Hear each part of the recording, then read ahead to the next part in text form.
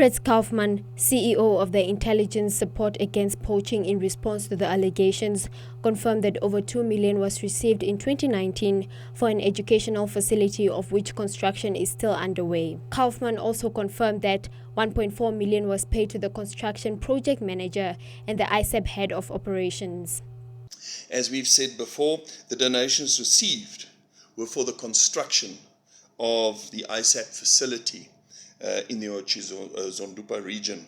This facility is used for training, for information, for education in terms of environmental issues and so forth.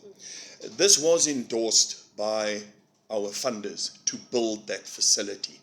So it is correct, we did receive the funds to do that, and we built the facility. The salary paid of 1.4 million to two people of 500,000 each is correct. This was a payment that was made on the basis that two of our then helpers and members were to build this facility.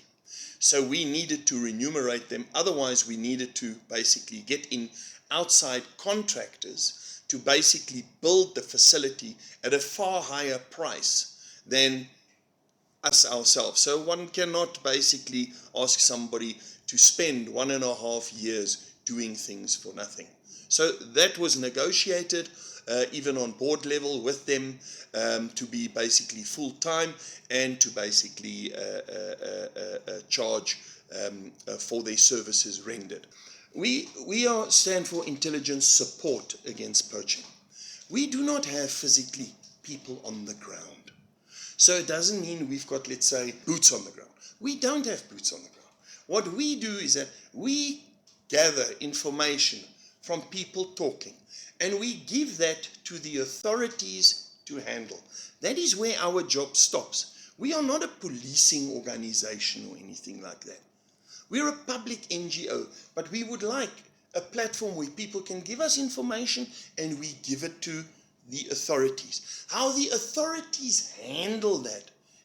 Kaufmann further clarified other allegations, such as 350,000 received from a private Switzerland donor for a drone project and an aeroplane donated for anti-poaching purposes, which the whistleblower claimed to be a liability for the organization.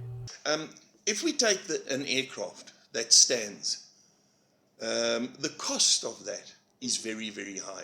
We've even seen it with our national airline. What happens if you have not got the money to maintain aircraft, its standing time and so on? The aircraft costs us over 150,000 Rand a year just on standing time. And then it hasn't flown yet. All right? So that cost has to be paid on the basis that at the end of the day, the aircraft is ready and available at any time to fly. And then you still need to add all the flying costs. It has been used for NAMPOL situations where it has been involved. It has been used to basically to do surveillance, as basically in the statement. It is available to anybody. It has been changed to fly on normal fuel, on car fuel, that it makes it so much cheaper. But it is a real asset to have, because once you've got rid of that asset, you can never get it back, because it will cost you too much to get it back. So the argument of saying it's more than a liability, for me personally, it is not. It is a tool that we need, like a fire brigade that stands there and waits and waits and waits for the fire to come.